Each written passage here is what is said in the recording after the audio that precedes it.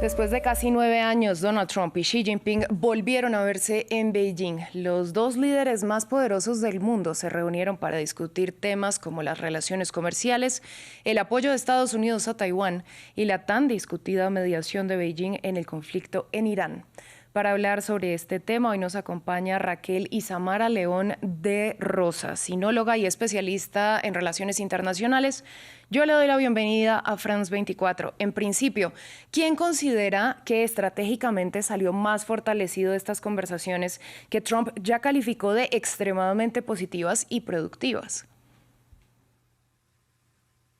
Hola, muy buen día. Bueno, en este caso, un gusto estar con ustedes y pues en una reunión que yo creo que es muy sorpresiva para todo el mundo, con respecto a esta pregunta que me haces, definitivamente creo que hay ganancias para ambos lados, ¿no? No hay como un ganador absoluto, sobre todo en este sentido, en cómo es que pues fue una sorpresa, digamos, de todo lo que venía siendo esta construcción de la relación entre China y Estados Unidos un tanto tensa y que en este sentido, pues bueno,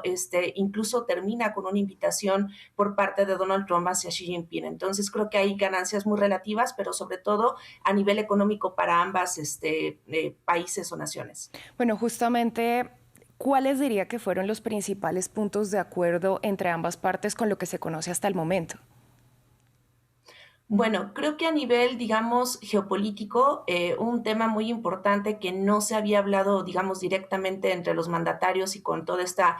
cobertura mediática, era el tema de una postura común con respecto al estrecho de Hormuz y sobre todo en esta situación de cómo, digamos, el tema de un conflicto armado en esta parte del mundo, al final del día ha tenido implicaciones económicas para ambos actores, ¿no? Y por otro lado, creo que en ese sentido también esta política del famoso desacoplamiento que se había promovido desde la primera administración de Trump y al menos ahora en el discurso, justo como el diálogo entre empresas y sobre todo, digamos, este reconocimiento que hace Donald Trump de la importancia que tiene para las empresas y la economía estadounidense la producción dentro de China y por otro lado el tema de cómo Xi Jinping maneja esta situación para hablar un tanto del compromiso que tiene China con los procesos, digamos, de suministro a nivel internacional y sobre todo con esta, digamos, dinámica de apertura y reformas hacia el tema de empresas extranjeras,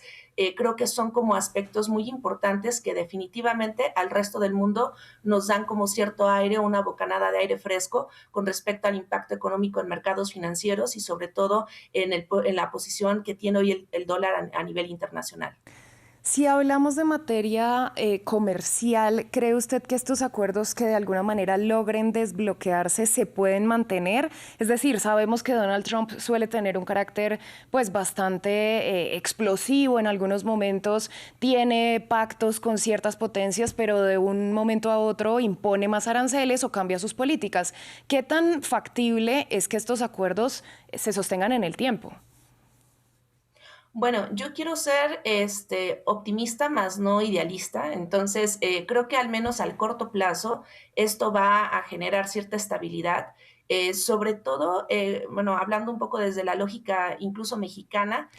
da cierto precedente a todo este proceso de revisión del TEMEC y ver cómo es que se reajusta esta política o si realmente se va a reajustar la política comercial y a la perspectiva con respecto a China en el caso de suministro directo o indirecto hacia Estados Unidos. Ahí veremos o será una prueba de fuego definitivamente. Sin embargo, creo que el alcance de todo lo que ha sido el proceso,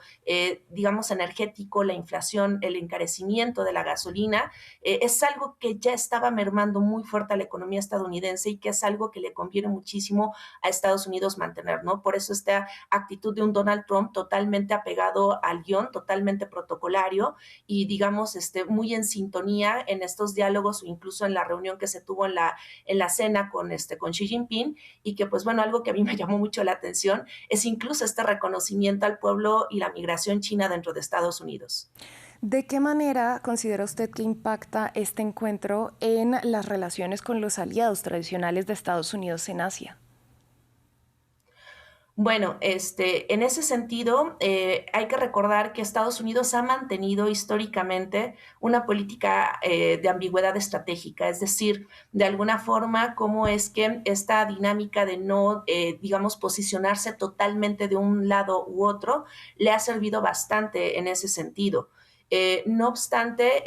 creo que algo que debemos de poner mucha atención es que a diferencia de visitas que ha hecho Donald Trump a otros países asiáticos, como es el caso de Japón, particularmente con quien hoy en día tiene un diálogo muy difícil China, pues bueno, vemos una relación, digamos, totalmente asimétrica en el caso de Japón y por el lado, digamos, de China, vimos un diálogo muchísimo más equilibrado entre dos mandatarios digamos, cuestiones que se tenían que limar, por decirlo de alguna forma, ¿no? Definitivamente creo que si hay o podemos nombrar una situación, por no querer mencionar cuestiones diplomáticas más profundas, definitivamente para China es un gran triunfo el hecho de que estas líneas rojas que marca Beijing dentro de su política exterior y diálogo con Estados Unidos no hayan sido tocadas, ¿no? Incluso dentro de los reportes que hace la Casa Blanca sobre esta visita, no se enfatiza en tópicos, por ejemplo, el caso de Taiwán y otros que estaban alrededor previos a esta visita, ¿no? Y creo que esto da como una especie de, digamos, respaldo a muchísimo del diálogo o la importancia que hoy por hoy tiene el diálogo entre Beijing y Washington, que fue totalmente resaltado por ambos mandatarios, ¿no? La relación hoy por hoy que genera la dinámica de la política internacional totalmente es la que se da entre Washington y Beijing. Bueno, pero también llama la atención, justamente usted lo estaba mencionando, y es el punto de Taiwán. Trump y Estados Unidos pues han mantenido una postura bastante firme respecto al punto de Taiwán, pero pues vimos a Xi Jinping advirtiendo que diferencias respecto a este tema podrían llevar a un conflicto. ¿Qué tanto se cree o se analiza que pudo mantener Donald Trump esta postura firme frente a Xi Jinping al respecto?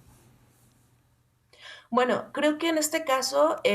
primaban los intereses nacionales de Estados Unidos con respecto a dinámicas internas. Creo que definitivamente, si queremos verlo así, por lo que iba Donald Trump, era asegurar las condiciones de las empresas estadounidenses y poder buscar una apertura en ese sentido hacia sectores que han sido estratégicos para Estados Unidos y que no han podido ingresar o que compiten fuertemente con el tema de las empresas chinas, ¿no? O esta carrera que hay a nivel tecnológico, principalmente en el tema de IA y cuestiones de suministro. Entonces, creo que justo esta situación hace que el tema de Taiwán no sea, digamos, como que tan socializado y que definitivamente, pues esta advertencia que hace Xi Jinping abiertamente, pues bueno, se vuelve parte como, digamos, de seguir reafirmando estas líneas rojas con respecto a esto. Definitivamente, como ya se señaló,